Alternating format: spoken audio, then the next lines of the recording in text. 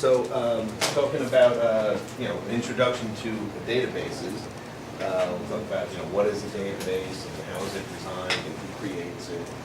And so, for example, suppose on your cell phone, you have a list of your friends, and maybe you record, an email address for them, and maybe they have a home phone and a cell phone and a work phone. And you might even scribble this down in an Excel spreadsheet, just to have, on paper.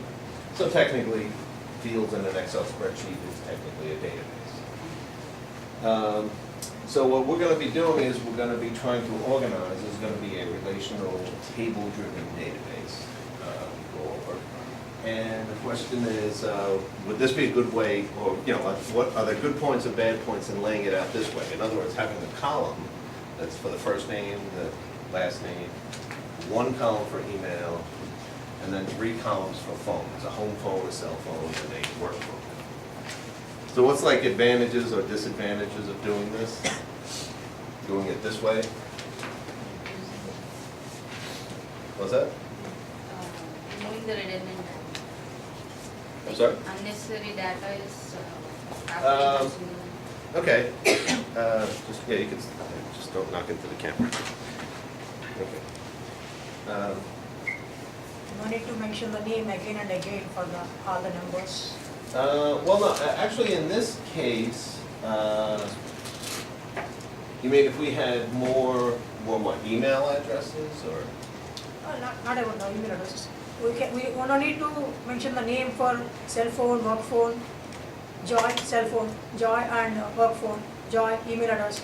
We don't need to repeat the name, but we are wasting the memory over there.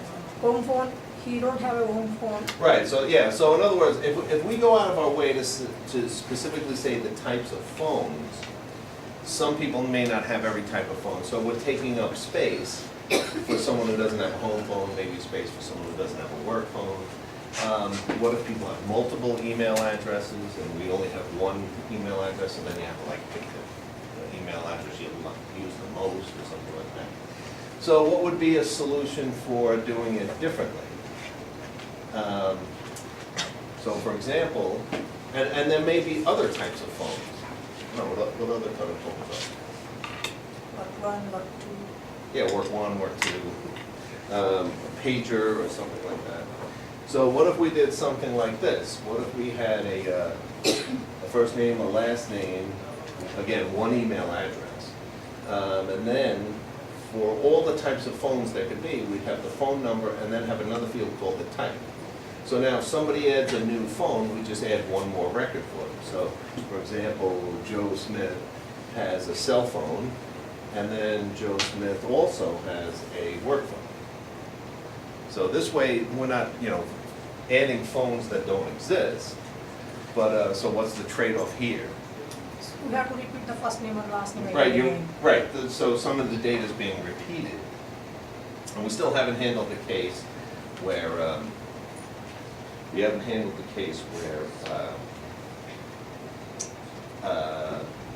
if someone had multiple email addresses. Okay, so what if we did something like this? What if we made a couple of tables? One table with the name, first name and the last name, have one copy of it, and now maybe we're taking into account that maybe someone may have multiple email addresses, maybe a school email and a work email, and then they may have multiple phones. But we have to somehow connect the people to the email address and the people to the phones. The emails don't really necessarily have to connect to the phone, but they have to connect to the people, the contacts. So what we'll do is we'll have a field that uniquely identifies the person, and hopefully doesn't take up a lot of space. It's not like a really long name or something. So maybe just a unique number, and we'll have that be their identifier. And we'll if we're doing this in Excel, you just have to kind of remember, make sure you use a unique number for every person. So every time you want to add a person, you add them to this table, and then they may have email addresses or phones. And then we could just add them to these tables as needed. So if you wanted to know For example, if you wanted to know what is Mary's home phone number, how would you find it? And the reason I'm asking this, like, now you probably wouldn't fill out an Excel spreadsheet like this and keep it printed on your desk, because it gets a little bit of a headache, but if you wanted to find out Mary's home phone number, what would you have to do? Mary's, identify the Mary's ID. You'd have to go find Mary, get Mary's ID, then go over to the phone and look for a home phone where the ID matches. So you have a home here and a number 2 here. And then you could take this and that would end up being the number. So you'd be doing like a computation like this. And it would be kind of annoying to do, but if you had a computer doing it and you pre-program the computer could do it quickly. You really don't care how ugly the data is if the fetching of the data is going to be done by a computer program. You can just write a program that goes and looks through the tables and finds this stuff. Okay, so now what are some like constraints about this table we'd have to do? Well, this column, we'd have to have a requirement that this is a unique number. We don't want the same number for 2 different people, then we don't know what we're dealing with. Would that requirement still hold here? Do we require that the ID field be unique here? Well, here's an example where one person has 2 email addresses. Yeah? Yeah, you can come in. There's some seats here if you want. You could bring them over there. Okay. So yeah, so we could have multiple.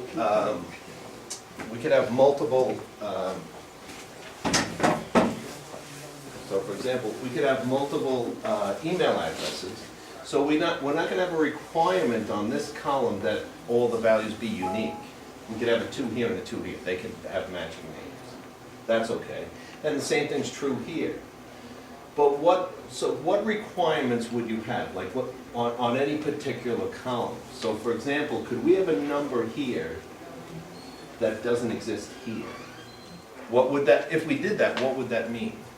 That would mean there's an email address, but it's not attached to a person. It's just like an email address. So we kind of have, so we want, if you were mentally making up rules, your rules would basically be, this column has to be unique. We can never have a duplicate value here. Every value that appears here must appear here. Otherwise, it wouldn't make any sense. Same thing here. We could have duplicates here, but every value that appears here must appear here because we're tying a phone to a person. If that's the way we're designing our database. So if we could program that, if we could say, I want to create a table. The table's called the contact table, and I'm going to have 3 fields. I'm going to require that this be a unique field, and these are not.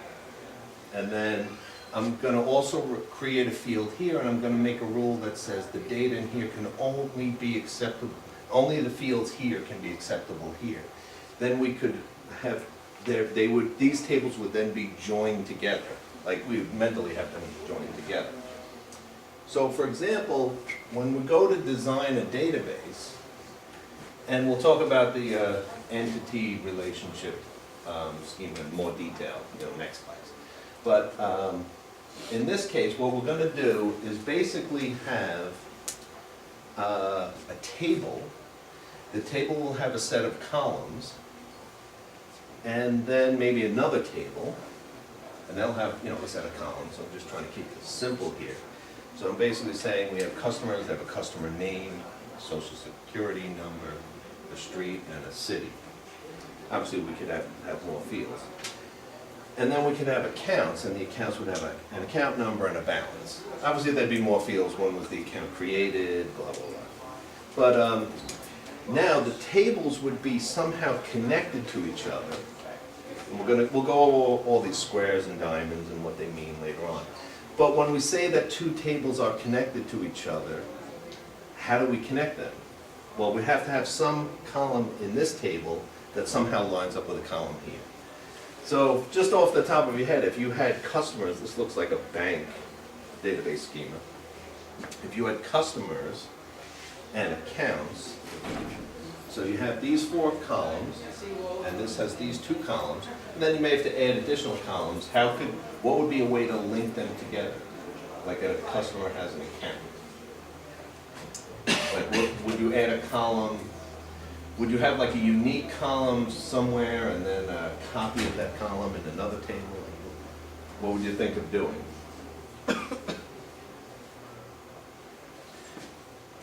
Like, in other words, how can we implement this diamond? So really what we're going to be doing is we're going to start off by designing a database, by drawing a picture, something like this. Then we have to go down to the next step and actually map out the columns. So how can we get a relationship, a depositor relationship between a customer and an account? Would you have a rule that says every customer must have an account? A customer can have at most one account, a customer can have many accounts. An At least account, one account. at least one account? Okay, so the relationships could be different. So right, it would almost seem strange if you had a customer who has no account, then they're not really a customer. So what can you do? Can you have, for account, so maybe we can have a unique identifier, maybe we'll call it ID, customer ID, CID maybe. And then every account has a matching CID. That would mean every account belongs to a customer. But customers can actually have no accounts. So how can we guarantee that a customer has to have an account? We could have a field called account number and require that it be one of the accounts. We could make requirements that fields, some of the fields could be null fields, you don't have to supply a value, other ones you have to supply a value. And we could say that it has to be filled in by a column, data from a column from another table. Then that would require that the customer have an account, at least one account. Okay, so what if, okay. Well, yeah, so we'll go over different ways of doing that when we talk about, when we hammer down this type of picture better. But anyway, so what we're gonna need is really 2 kinds of database languages. One is the data definition language, and the other one is the data manipulation language. The data definition one is the way we define the tables, what the names of the fields are, and rules about can a column be, can you put in blank data, or is blank data not acceptable? And does the data have to be a field that appears in a column of a different table, so we can establish certain relationships to them? And then a data manipulation language is going to be a language where we can do things like we said before.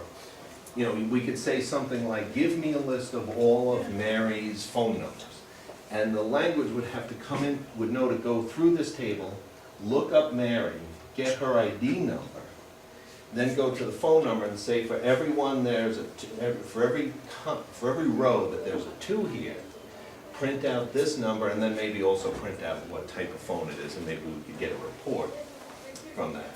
So that would be a data manipulation language. It could also be, we could alter data, like let's say we wanted to add a new email address for us, so we could write a 2 here and another email address and type here. Right, so that would be the data manipulation language. And then what's a database administrator? Well, a database administrator is the person who puts the database together, defines the schema, which is the pictures we just went over a little sample of, structures the data in such a way that it makes sense. Do you break it up into multiple tables to not get redundant data? And you also want to take into account how much time it takes to retrieve the data. If you break tables up into too many little tables, then it takes too much time to go through one table, get the piece of data you need, go over to another table, get what you need. It could take a longer time doing that. And that's what a lot of the stuff we'll go over in the course is the stuff that a database administrator would do. Okay, and then there are users of them. It could be application programs. You could put queries into a database into programming languages like COBOL, C, and C# and Java, PHP. You can code directly and have it log into a database, retrieve data, and bring the data back. And the sophisticated users for that could be people who write the database query language directly, or calls, we'll talk about stored procedures that people can call to retrieve the data. So the data manipulation compiler could translate the statements that query and change the data into low-level instructions so that the data could be pulled in and out quicker. And we could also do it as an interpreter. It would be easier to test a data using an interpreter, and then if we want speed, we could use compiling later on. Okay, then the storage manager, we could actually use techniques that you might see maybe in a data structures class, where if you're looking through an array, a very, very long array, like let's say we have, you're working at Facebook, and you have a table that has all the users who are in all of Facebook, and you're looking for your email address, because you're logging in. So you would type in, your email address and password, hit enter, and they want to look through their whole array of all their 900 million users looking for you. So one thing they could do is just look at the first one, and if that's not you, look at the second one. If that's not you, look at the third one. That would take 900 million operations. Or we might be able to use can anyone think of a technique that would maybe help you find if your email is in their list? If it's a really long list, that could do it faster than just sequentially looking through each one?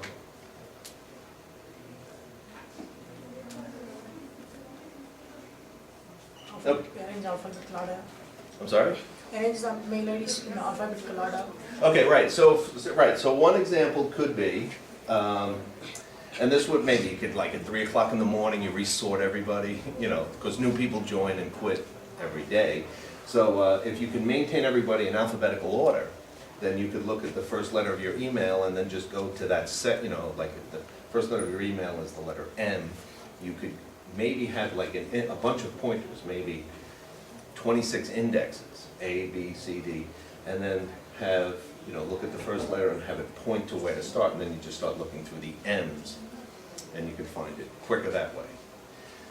Even if there were so many, maybe you would look at the first letter, you would look at an index, maybe 26-letter index to get the first letter, and then when you go there, you look at the second letter, which points to another 26. And then you could get, to where you're looking at quicker.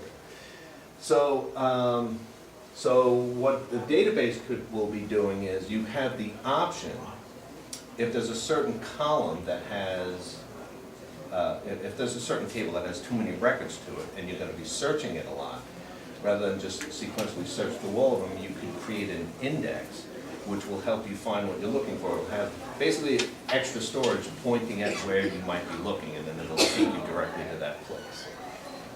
So the advantage to that would be if you're searching for something and the table has an index to it, you can find stuff quicker.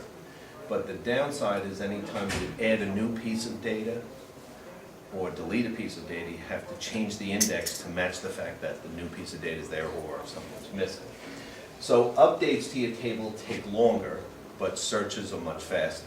So if it's something that you don't do updates too often, maybe do updates once a day, but you're searching all day long, this might be a very good technique to use. So that kind of falls under the storage manager. And then also we go out to get a table, like for example, if you wanted to get